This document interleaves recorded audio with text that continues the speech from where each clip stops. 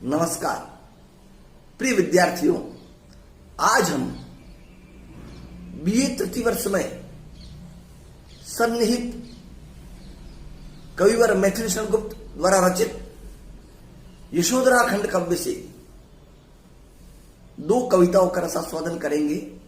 इन कविताओं के मर्म को समझने की कोशिश करेंगे। हम जानते हैं कि गौतम बुद्ध संसार से दुखों की मुक्ति का मार्ग ढूंढने के लिए आधी रात को अपनी पत्नी यशोधरा और पुत्र राहुल को सोता हुआ छोड़कर महाभिनिष्क्रमण के पथ पर निकल पड़े। यशोधरा गौतम बुद्ध के इस महाभिनिष्क्रमण पर निकलने से बहुत दुखी हुई।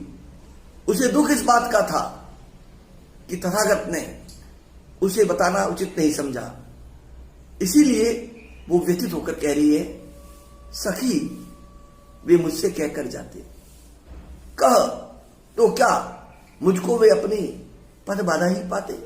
सखी वे मुझसे कहकर जाते।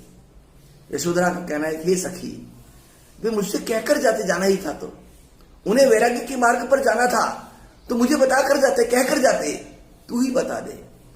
अगर वे मुझे बताते तो क्या मैं उनके मार्ग की रुकावट बनती, क्या मैं उन्हें रोकती। मुझको बहुत उन्होंने माना, फिर भी क्या पूरा पहचाना। मुझको बहुत उन्होंने माना, फिर भी क्या पूरा पहचाना। यशोधरा कह रही है कि गौतम बुद्ध मुझे बहुत मान देते थे, गौतम बुद्ध मुझे बहुत चाहते थे, लेकिन मुझे दुख इस बात का है कि फिर भी वे मुझे पूरा पूरा पहचान नहीं पाए। मैंने मुख्य उसी को जाना जो वे मन में लाते। मेरे जीवन का तो ध्येय यही था कि उन्हें क्या पसंद है, जो भी वे अपने मन में लाते थे वो मेरे लिए मुख्य था। अगर वो कहते कि हे यशोधरा, मेरे मन में महाभिनिष्क्रमण के पथ पर जाने की इच्छा है, तो मैं उन्हें सहर्ष रवाना करती, मैं उन्हें नहीं रोकती, लेकिन वे मुझे पूरा पूरा पहचान नहीं पाए। मुझे दुख इसी बात का है। इसीलिए यशोधरा कह रही है कि सखी वे मुझसे क्या कर जाते। आगे कह रही कि मैं तो क्षत्राणी हूं, और क्षत्राणियां तो स्वयं सुसज्जित करके क्षण में प्रियतम को प्राणों के पण में हम ही भेज देती है रण में। हे सखी, हम तो क्षत्राणियां हैं, हम तो अपने हाथों से जब युद्ध की रणभेरी बजती है तो अपने हाथों से अपने पति को सुसज्जित करती है, सजाती है, और प्राण उत्सर्ग का संकल्प देकर कि या तो जीत कर आना या अपने प्राणों का उत्सर्ग करके आना, ये संकल्प देकर हम ही भेज देती है रण में क्षत्र धर्म के नाते। क्षत्र धर्म का निर्वाह करने के लिए हम सहर्ष अपने पतियों को युद्ध स्थल पर भेजती है। तो गौतम बुद्ध तो युद्ध के लिए नहीं जा रहे थे, गौतम बुद्ध तो संसार से दुखों की मुक्ति का उपाय ढूंढने जा रहे थे। हे सखी, वे मुझसे कहकर जाते, काश वे मुझसे कहकर गए होते, मैं उन्हें सहर्ष रवाना कर देती। यशोधरा को दुख इस बात का है कि हुआ नहीं अभी भाग्य हमारा, किस पर विफल गर्व अब जागा। हे सखी, लेकिन ऐसा भाग्य मेरा नहीं था। काश मेरा भी भाग्य ऐसा होता कि मैं सहर्ष अपने प्रियतम को रवाना करती। इसलिए हुआ नहीं अभी भाग्य हमारा, किस पर विफल गर्व अब जागा, जिसने अपनाया था त्यागा। मुझे पीड़ा इस बात की है कि जिसने मुझे अपनाया था, जिसने मुझे अंगीकार किया था, वो मुझे छोड़कर चले गए। बताना भी मुनासिब नहीं समझा, रहे स्मरण ही आते। हे सखी, अब तो वे केवल याद ही आ रहे हैं, अब तो उनकी यादें ही बची है। सखी वे मुझसे कहकर जाते, हे सखी, काश वे मुझे कहकर गए। नयन उन्हें है निष्ठुर कहते, पर इनसे जो आंसू बहते, सदैव वे कैसे सहते।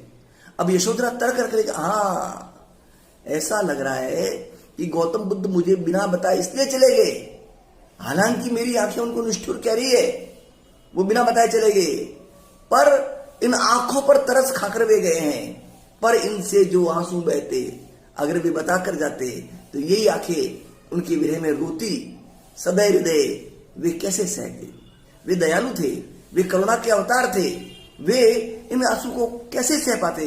इसलिए गए तरस ही खाते। ऐसा लग रहा है वे इन आंखों पर तरस खाकर चुपके चुपके गए हैं, बताकर नहीं गए। यशोदा कह रही है, सखी वे मुझसे कहकर जाते, काश वे मुझे कहकर गए हो। यशोदा कहती है, जाए सिद्धि पावे वे सुख से। अब वे गए हैं तो मैं तो यही कामना करूंगी कि वे सहज जाए और सिद्धि को प्राप्त करे, दुखी न हो इस जन के दुख से। और बस मेरी यही कामना है, मेरी यही शुभकामना है कि वे मेरे दुख से दुखी न हो। उपालंब दूं मैं किस मुख से, मैं उनको उपालंब दूं, लहना दूं तो किस मुख से दूं। आज अधिक वे भाते, हे सखी आज वे मुझे बहुत अधिक भारे हैं, बहुत अधिक अच्छे लग रहे हैं। सखी वे मुझसे कहकर जाते, लेकिन फिर भी मुझे ये पीड़ा जरूर रहेगी कि काश वे मुझे कहकर गए होते। गए लौट भी वे आएंगे, मैं जानती हूं वे गए हैं, हो सकता है सिद्धि पाने के बाद लौट कर भी आ जाएंगे, कुछ अपूर्व अनुपम लाएंगे और साधना करके तपस्या करके वे कुछ अपूर्व प्राप्ति करके आएंगे, कुछ अनुपम अद्वितीय लाजवाब वस्तु लेकर आएंगे। पर फिर भी जब आएंगे तो रोते प्राण उन्हें पाएंगे। मैं उनकी जो अगवानी करूंगी, उनका स्वागत करूंगी, तो उस समय मेरे प्राण बिलख रहे होंगे, रो रहे होंगे। पर क्या गाते गाते, पर गाते गाते तो उनका स्वागत नहीं करूंगी। अगर वे मुझे बताकर गए होते तो हो सकता है उनके लौटने पर मैं गा गा कर उनका स्वागत करती। सखी वे मुझसे कहकर जाते। यशोधरा को पीड़ा यही है, हे सखी काश वे मुझे कहकर गए होते। अगली कविता में यशोधरा अपने आप को समझाते हुए कहती है, अब कठोर हो वज्रादपि ओ कुसुमादपि सुकुमारी, आर्यपुत्र दे चुकी परीक्षा अब है मेरी बारी।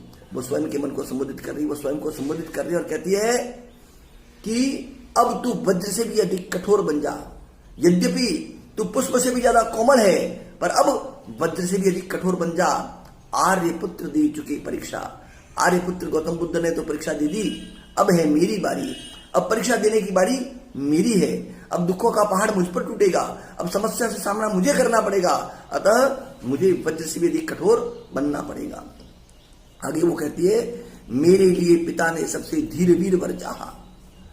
पिताजी ने मेरे लिए सर्वाधिक धैर्य से युक्त और सर्वाधिक वीर वर की तलाश की, और आर्यपुत्र को देख उन्होंने सभी प्रकार सराहा।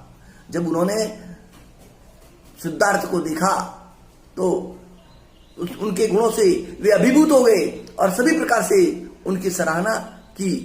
फिर भी हटकर हाय व्रताही उन्हें उन्होंने था, फिर भी उन्होंने हट की और सिद्धार्थ की था लेने की कोशिश की, सिद्धार्थ की परीक्षा लेने की कोशिश की।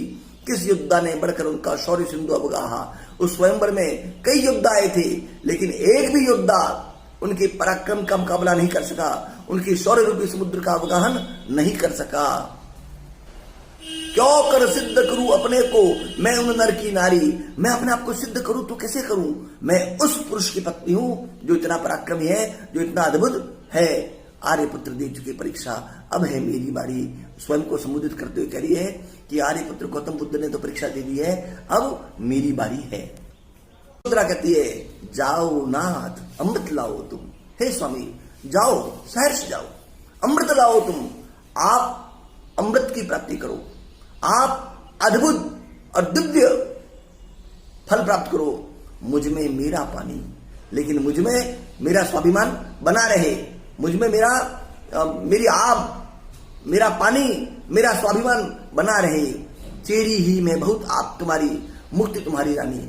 माना कि मुक्ति आपकी रानी है, आप मुक्ति के लिए, मुक्ति पाने के लिए मुझे छोड़कर चले गए। मुक्ति आपकी रानी ही सही, मैं तो आपकी दासी ही खूब हूं, मुझे तो दासी बनकर भी संतोष है। प्रिय तुम तपो सहु में, हे प्रियतम आप जितना तप सकते हो तपो सहु में भर सक, देखो बस हे दानी मैं सहन करती रहूं। हे दानवीर मैं यही देखना चाहती हूं, कहा तुम्हारे गुण गाथा में मेरी करुण कहानी। जब दुनिया तुम्हारी गुण गाथा गाएगी, मैं देखती हूं कि मेरी करुणा से भरी कहानी भी उसमें है अथवा नहीं है। आर्यपुत्र दे चुकी परीक्षा अब है मेरी बारी। आर्यपुत्र ने तो परीक्षा दी, अब मेरी बारी है। प्रिय विद्यार्थियों, ये दोनों कविताएं अद्भुत है, अनुपम है, रस से परिपूर्ण है। इन कविताओं का आप रसास्वादन करें और संभव हो तो पूरा यशोधरा महाकाव्य पढ़े। धन्यवाद, नमस्कार।